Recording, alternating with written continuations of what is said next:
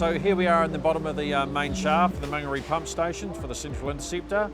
It's just on 4 o'clock in the morning. We've been on site since midnight. We're pouring 370 cubes of concrete tonight. The depth of it, this particular pour is 3.5 metres, and it's between 800 and a metre thick on the wall.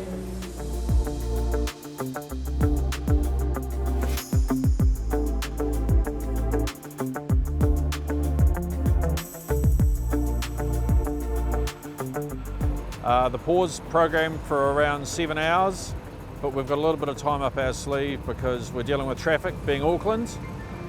Really, that's the reason why we pour at night.